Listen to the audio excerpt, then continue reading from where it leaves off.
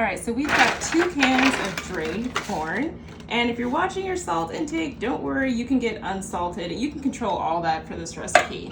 So this is gonna be a corn casserole, and we've got 1 can of Rotel.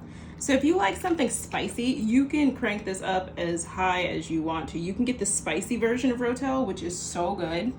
And let's give this a stir. And the same thing for the canned corn. They have an option that comes with black beans in it, or it has even more chilies in it. So if you're feeling like something spicy, more exotic, this is it. And now we're gonna add the jalapenos. So again, personally, I like things pretty spicy, so I'm gonna add all of these. But if that's not your thing, you don't want any spice, you can leave it all out. So we're gonna go ahead and give it another stir. Make sure everything's mixed up. Nobody wants to get too much jalapeno in one bite. And now we're gonna season it up. So we have black pepper. So pro tip, if your black pepper does not come in a grinder, just throw it in the trash, get rid of it. It's probably already stale. And garlic powder, it's pretty universal. Garlic powder can go in everything. And if you're watching your salt intake, you can ease it up a little bit and you can actually leave out this one, which is pink Himalayan salt. Or if that's not even a concern, a little bit of Cajun seasoning would do this dish so good. And if you have any other like special spice blends you want to try, it'll blend really well in this. All right, so now we've got all that mixed up pretty good. We're gonna add some milk. So we're gonna use about a cup of 2% milk. So this, you can just eyeball it. It doesn't have to be too exact. This recipe is pretty forgiving. So if you don't have a measurement cup like I don't right now, you can still work it out. All right, so we're gonna give that another good stir, make sure that's all incorporated. And now here comes the fun part that everyone really cares about. There is cheese.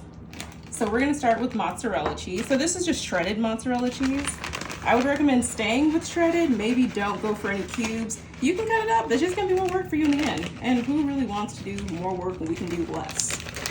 So we're gonna shake all this out, get it in there. And again, another spice tip, if you want to use pepper jack cheese, this would be so good. It would melt all nice and give you those nice little pulls and gives like just enough heat. All right, so we've got the mozzarella in there. And now we're gonna double it up and we're gonna add cheddar.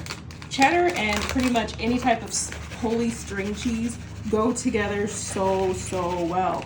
And if you don't even have cheddar, you can use one of those cool blends at the grocery store. So they have like a Mexican blend, they have an Italian blend. Again, this is pretty versatile. So if you find you don't have these exact ingredients, you can pull it off with probably whatever you still have in your fridge. All right, so we have our cheese in there, and now the best part, cream cheese. So it's gonna give it a nice like kind of velvety texture when we bake it up in the oven. So you kind of wanna put these a little, spread them somewhat even. And I already pre-cut these and you can put them on top.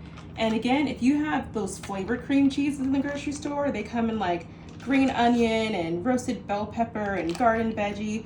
All of those would be really good options. All right, so we're gonna get all of these in here. And make sure I'm spreading them around a little bit even. There we go, and for this, now we got them all in. So now we're gonna bake this in the oven at 350 for about 30 minutes. And then we'll take it out and give it a good stir at the end. All right, so this is after about 30 minutes in the oven at 350, and all the cheese is melted. It looks so good, even a little cream cheese is starting to brown up. So I'm just gonna add a little bit more green onion to the top. Green onion is something I love. It goes on top of everything. Potatoes, anything with cheese, rice, all your starches. If you wanna make something look just like a little bit fancy, add some sliced green onion to the top. Wow, everybody. All right, so we got that in there. Now we're gonna give it one good stir. So we're gonna mix up all this melted cream cheese, and look, everything is just melted together. And this is a really good dip side dish as well.